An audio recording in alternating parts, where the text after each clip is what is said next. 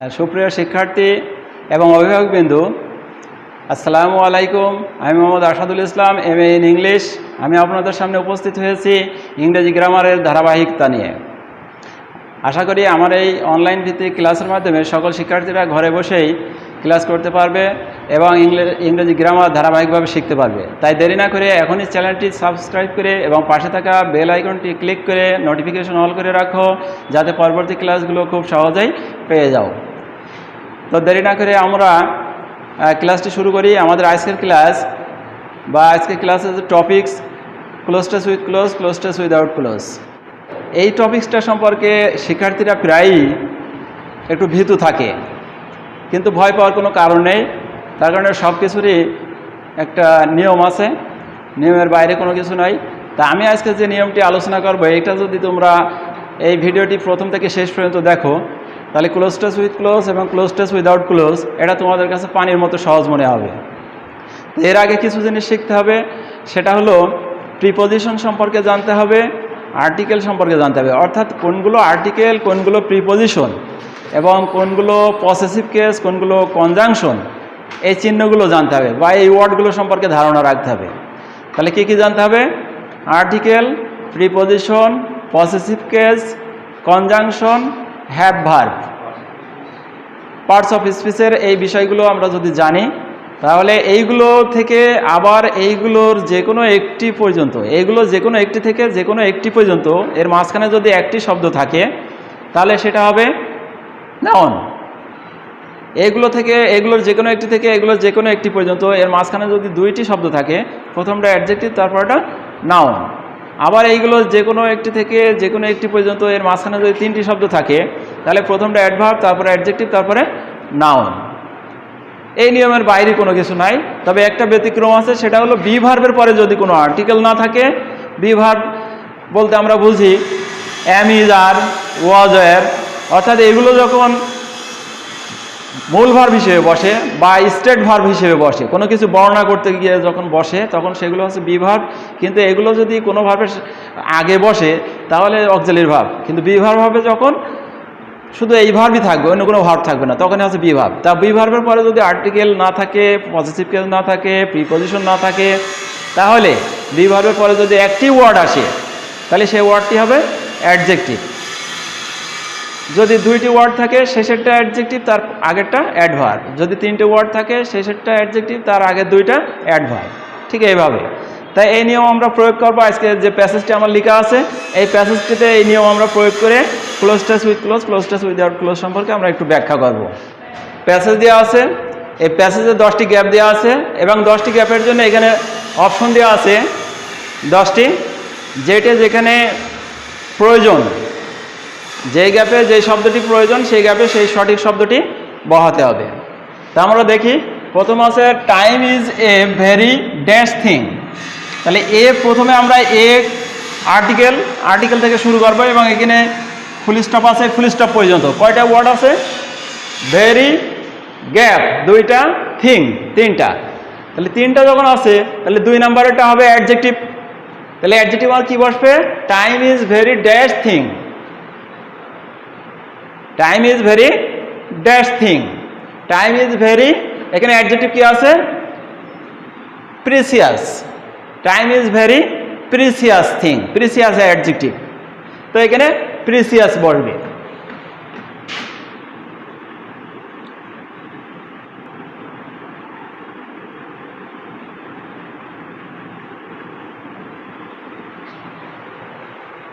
Next, time dash is lost once is lost forever.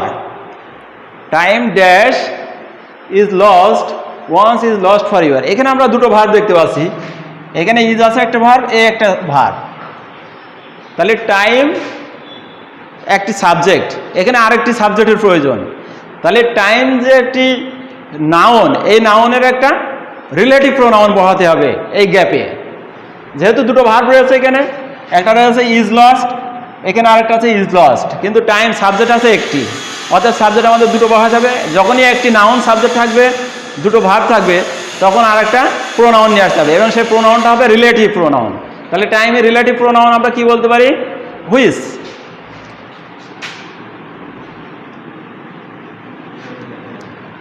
Which, time which is lost once is lost for ever. Next তারপরে আছে there is a dash time and tide wait for naan.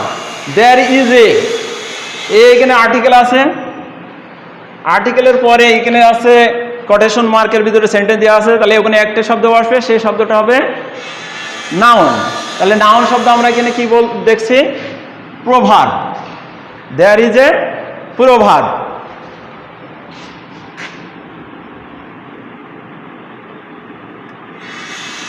There is a proverb, time and tide wait for none.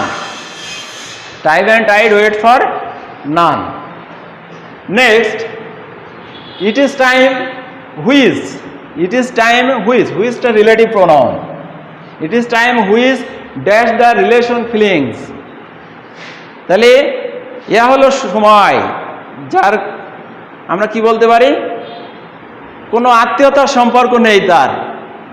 তাহলে নেই বলতে have not বা has not, এটা আমরা বহাতে পারি, এখানে ভার বহাতে হবে। তাহলে ইট ইজ টাইম হুইচ একটা রিলেটিভ প্রোনাউন।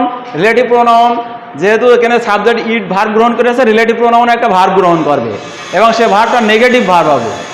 তাহলে which does not have, which does not have.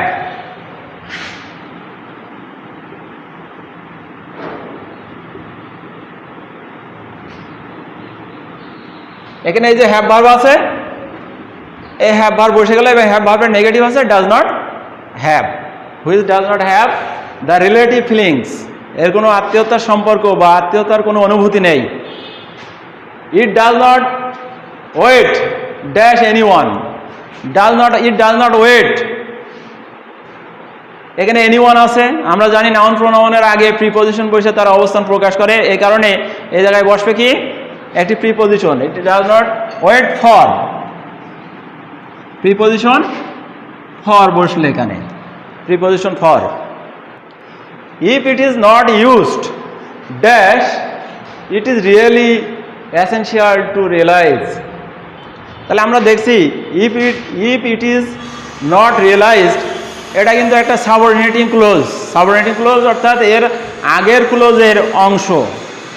If it is not used dash, তাহলে it does not wait for anyone if it is not used. Used আছে এখানে কিন্তু passive ফর্মে আছে, অর্থাৎ এটা সাবজেক্ট, বি ভার্ব, মূল ভার্বের পাস্ট পার্টিসিপল প্যাসিভ ফর্মে আছে। তাহলে মূল ভার্বের পাস্ট পার্টিসিপল মানে এটা অ্যাডজেক্টিভ, আর অ্যাডজেক্টিভের পরে এখানে যখন প্যাসিভ ফর্মে হবে তখন অ্যাডজেক্টিভের পরে অথবা অ্যাডজেক্টিভের আগে অ্যাডভার্ব বসতে পারে। এখানে অ্যাডভার্ব বসবে এবং অ্যাডভার্ব এখানে কি আছে?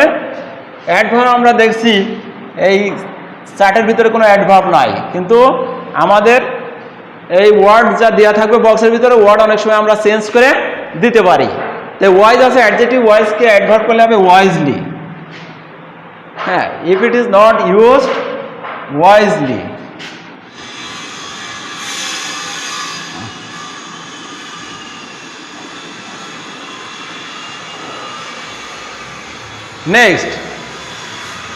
Next, it is really essential to realize. It is really essential to realize dash importance of time. ইম্পর্টেন্সটা আছে নাউন। তাহলে নাউনের আগে আমরা বলেছি, নাউনের আগে আর্টিকেল, প্রিপজিশন অথবা পসেসিভ কেস এই সমস্তগুলো বসবে। তাহলে এখানে অবশ্যই এগুলো একটা বসবে। It is really essential to realise, এখানে আর্টিকেল বসবে। আর্টিকেল কি বসবে? বি। It is really essential to realize the importance of time in our life.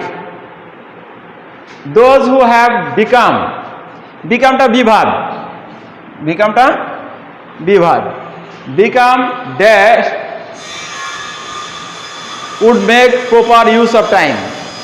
তাহলে become বিভাগের পরে এখানে কি বসবে? তাহলে বিভাগের পরে বসবে অ্যাডজেক্টিভ। তাহলে ভার্বের পরে অ্যাডজেক্টিভ আসবে, কি অ্যাডজেক্টিভ নিতে হবে? গ্রেট। বিকাম গ্রেট, যারা মহান হয়েছে, মহৎ হয়েছে। Become great would make proper use of time, তারা সময় সদ্ব্যবহার করত, উপযুক্ত ব্যবহার করত। দে নেভার পুট পুট আছে কি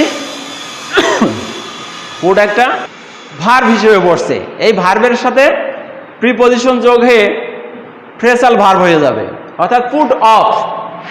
পুট অফ এখানে বসলো কি অফ।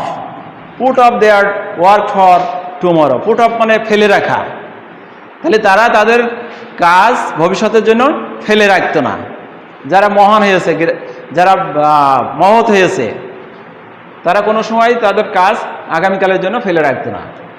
দ্যাটস ওয়াই, সেজন্যই they have contributed dash lot to the society. লটের পরে সাধারণত আমরা জানি এ লট।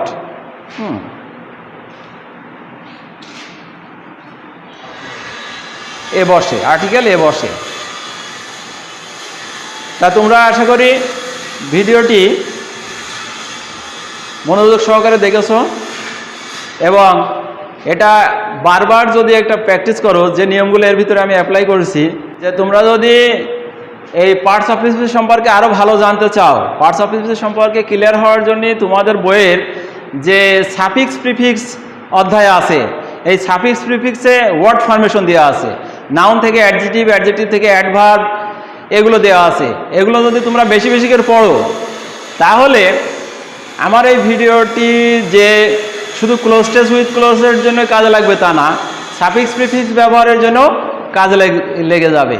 এই নিয়ম, আমার এই নিয়মটা সাফিক্স প্রিফিক্সের জন্য কাজে লেগে যাবে এবং পরবর্তী ভিডিওটা আমি সাফিক্স প্রিফিক্স সম্পর্কেও এই নিয়ম প্রয়োগ করে দেখাই দেবো তোমাদের। ঠিক আছে, ধন্যবাদ সবাইকে।